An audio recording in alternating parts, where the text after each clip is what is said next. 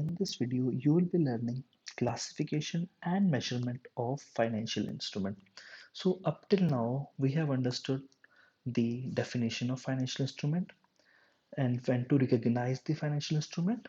Today, we will understand how to classify and measure the financial instrument. Before we jump to classification, we must understand a very important component of financial statement, that is other comprehensive income. To understand this, you must understand the objective of financial statement. So the objective of financial statement is to provide information that is useful in making economic decisions. So what do we mean by that? So by the help of financial statement, you judge the performance of the organization. If organization is making any profit or not, and on the basis of that you take important decisions. And if financial statements are not good, then that would be of wrong decisions and that may lead to huge losses. So the objective is to provide information that is useful and true and fair. So let's understand this with an example. You are a cloth merchant and you are purchasing some raw material, doing some value addition, and selling it at a higher price. So you are doing this kind of a business. So your objective is to earn profit by selling the garments. Okay, and you make some profit out of it. And for the last few years, you are making around 10K something profit on an annual basis. Let's take this as figure. And you are operating from a shop that you purchased for around 10,000. You purchase a shop for rupees 10,000. After it's been like some time, you decided that you should show your shop and things at a fair value. And there is a revaluation surplus of let's say 990K. That shop you bought for 10K now has a value of 1 million. Now, will you be showing this 990K as a part of your income statement and showing your net profit amounting to 1 million, which from the last few years is around 10K? Isn't it a misleading statement? And based on that, if I have to take a decision like this shop is making huge profit, so it must be doing something very good. Other its peers are making, which were making 10K, are able to reach to a profit of 20K, but this guy and this shop has reached a profit of 1 million. But in reality, out of the cloth business, which is its core business, he's generating a profit of around 10K. So what do we do with this 990K, this revaluation profit? This is not wrong. He just want to show the assets, the shop he has at a fair value. He can bring it to that. And then comes a role of other comprehensive income. Then comes a role of other comprehensive income. So other comprehensive income is part of income statement where you will show certain items which are not in control of the management but have some impact. And usually these are not realized. And usually these are not realized. So let's see. So financial statement that we prepare, that another objective is, and it is as per IES 1, that must be comparable to financial statement of previous period and with peers so that we can compare like if we are reporting this thing, so we assume that other guy is also doing the same practice of reporting the profit and loss. Okay, so just for your knowledge, financial statement, we can say we can say there are you may be asked in any interview or something like that, what are components of financial statement, what includes financial statement. We can divide the financial statement into five parts. One is income statement, second statement of financial position, that is balance sheet. Third is statement of cash flow. Fourth, statement of changes in equity. And fifth is notes to financial statement. So statement we can say we can divide into two parts. First is statement of profit and loss, and second is other comprehensive income. So standard says in other comprehensive income, you need to show these 7, 8 items. And other than that, you can take it to profit and loss account. But why, what I inferred out of it is in profit and loss account, you take those items which are under your control, and in the other comprehensive, you take those items which are not in your control. Okay, so this is not as per IFRS. IFRS says you need to show these 8, 9 items in OCI, and other than that, everything you need to take in. Uh, but what should have been the objective behind OCI? That I just told you, because that I infer out of it. The things which are, so we can say other comprehensive income refers to that income, expense, revenue, or losses in a company which has not been realized at the time of preparation of financial statement of the company during an accounting period, and thus are excluded from the net income and shown after the net income on the income statement of the company. Okay, so after the net income, and both the net income and your balance of other comprehensive income goes to shareholders equity. Okay, so you can pause video and uh, look at the items of other comprehensive income. The first one is I just uh, I just took an example of the very first thing, that is revaluation of property. So revaluation property, the revaluation surplus goes into the other comprehensive income and should not be the part of profit and loss account, and should not be considered while calculating the net income. Others are, some are related to IFRS 9 that we will discuss in this lecture, some of the things in this lecture and in detail in upcoming lectures. Okay, so you can pause this video and look at the items. Most of the items are like which are not in control.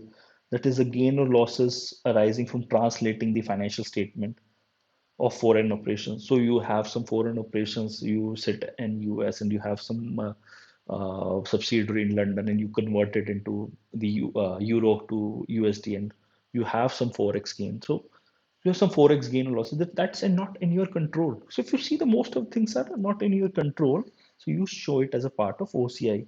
You are making some kind of reserves for the employee benefits, and you have some actuarial gain or losses due to market conditions, so you don't include in the profit and loss account, because it is not the profit and loss account should show the picture of your financial transaction, should show what you are earning out of the main objective of the business.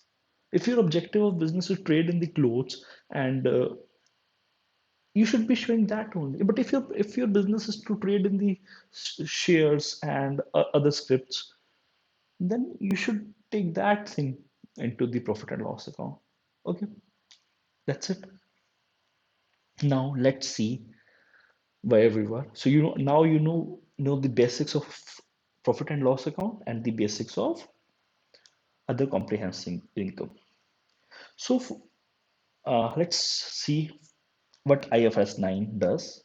First, we see if the transaction is a financial instrument or not. If it is a financial instrument, then we see if it is a financial asset or not. If it is, then after checking financial asset or financial liability, then we see that can be recognized or not. That are we contractually liable? Then after that, we assess if we know yes we need to record. Then we have a lot of categories. Which category we should assign that asset? Let's say if you're talking about asset, so where should we take it, that in which category we should show? We need to show if it is a equity instrument. If it is equity instrument, that is very simple, I tell you. Equity instrument, always we need to show it at fair value. So you have equity instrument. Let's say you invested in the share of Reliance for 2K and its value changes to 2.1K. So it says you need to show it at fair value. So balance sheet is very simple for the equity instrument. You have investment in equity. You will now show it as 2.1K. But what about this 100 rupees? Where will you take it? You will take it to profit and loss account. You will take it to profit and loss account. It's profit, so you will take it to the income side. But there is an option given by IFRS 9 that at a very initial recognition, you have an option to choose that you will not take it to the profit and loss account. Rather, you will take it to OCI. Why this come into picture? Because sometimes your objective, you argue that we don't want to disturb our net profit due to this kind of investment that we have done, and these are very long term, and we don't want to disturb our main profits. We just want to show the picture that what we are doing. So IFRS 9 said, but you cannot show it at cost. You have to show it fair value. So for this, it gives you flexibility. You have irrevocable option that you can take this changes in the fair value to OCI, and then it will go into equity. Is it good? So we'll see some examples later. And second is debt instrument. For debt instrument, we have three categories: amortized cost. For the time being, just take it as cost. Fair value through OCI, just like that we discussed, where we will show the instrument at fair value, but the changes in the fair value are recognized in other comprehensive income, recorded in other comprehensive income. And the last is fair value through P&L, where you will show the asset at fair value only, and the changes are recorded in profit and loss account. Measurement of equity instrument. So we just covered that it has to be measured at fair value and the changes are recorded in profit and loss account, and it gives an option on initial recognition that is irrevocable. Once you have selected, you cannot say that I want to show it at PNM. No, that is not allowed. If you have selected an option to recognize the PNL through OCI, you have to recognize through OCI. There's no option to change the category. Once chosen, it's permanent for the equity instrument. Okay, so but dividend will always be recognized in P&L only, which would otherwise be accounted for P&L. So equity is clear. Equities are always shown at fair value. Then changes in fair value are taken at for fair value for the time being. You can take it as the net value you can realize by selling in the market. Okay. Let's see about debt instrument.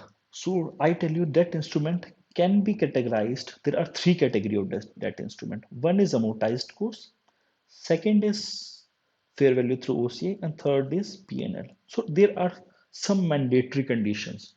If you see a debt instrument, you need to apply these conditions. If it fulfill those conditions, you will categorized accordingly. If your business model, if your business model What do you mean business model? That is the objective of business, how you do the business. You need to see when you purchase such kind of assets, what do you usually do? You will see the history and you have some record. You will see if your business model is to collect cash flow. If your business model is to collect cash flow, what do you mean by that? To collect cash flow, you purchased a bond, you purchased a bond, and on this bond, whatever happens, you purchase a bond for 100 rupees. Whatever happens, you will, if the price of the bond decrease, you don't bother about it. It is a 8% bond, and you are interested in receiving 8 rupees yearly, and it's a term of 5 years. So at the end of 5 years, you are interested in receiving 100. 8 rupees. Nothing like that. And you are interested in receiving 8 rupees, and at the end of uh, the term, you will be getting the principal. And the 8 rupees is nothing but the simple interest. Not, I mean, not literally the simple interest. It includes only interest, nothing derivative form or nothing. It's a simple lending arrangement. It's basically the time value of money. You can relate it to the fixed deposit or any lending arrangement. Like you have given a loan. How do you give a loan? You can, instead of loan, you can take it as a loan given by bank.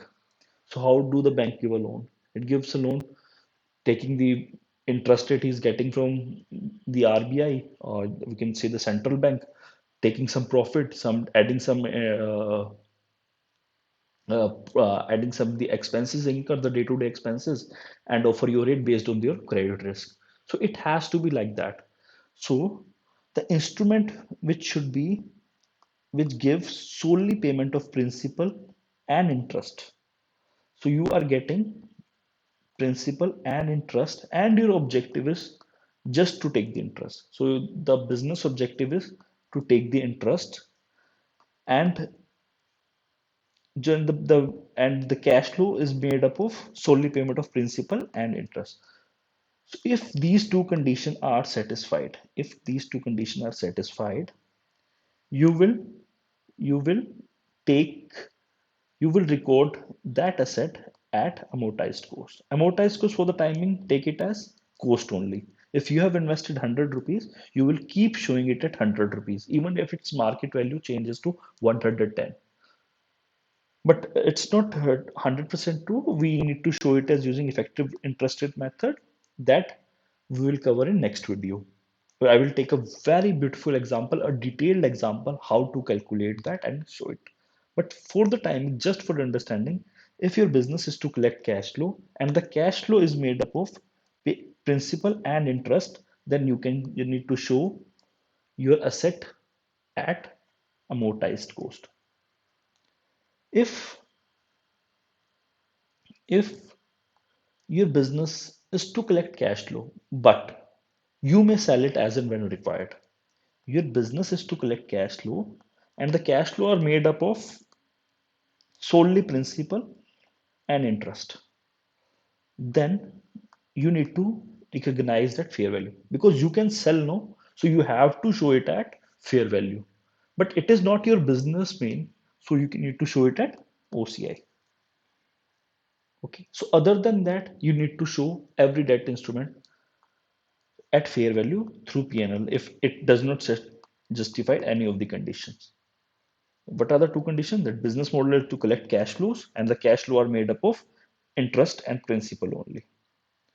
So if you have some debt instrument, you purchase a bond for the purpose of trading that you will buy and you will sell. So it says IFRS says that you need to show it at fair value. You purchase for 100, it changes to 105. So you need to record it at 105 and change you will recognize in profit and loss because it's your business, no? If you're trading in that, it's your business. So whatever be your business, it should be represented on profit and loss account. Okay. So what I just said, so solely payment of principal and interest includes like it has to be simple, basic lending arrangement like loan. You give loan when a bank gives loan. So what it considers is time, for what time it's giving, liquidity, profit you need to make, the admin expense, the credit risk of the borrower. That the simple things, not should not be related to any market conditions. It should not be like that. Okay, like if stock exchange reaches to this point, you will be earning this. It should nothing be no options attached to it. It has to be simple lending arrangement. Like bond, you will hold a bond.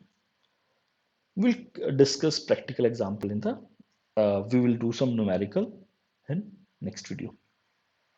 So recycling, when we take to OCI, so you must have a question in your mind. So when you de-recognize the asset, so you have a bond, You have a bond, you choose, you and your business model is to collect cash flow, but you may sell it as and when required. So it fall under the option of fair value through OCI, that you need to show it at fair value in balance sheet, and the changes in balance sheet will need to be measured at other comprehensive income. So when this is derecognized, so the balance in OCI, so if you have 100 and it changes to 105 and you have this 5 rupees in OCI, what you need to do for the case of debt, you will take to PNL from debt, because now it is derecognized and you have this 5 rupees in your OCI, you will take it to PNL. Okay, and for the equity, because as it was irrevocable option, it will never go to P&L. For that, it will directly go to equity.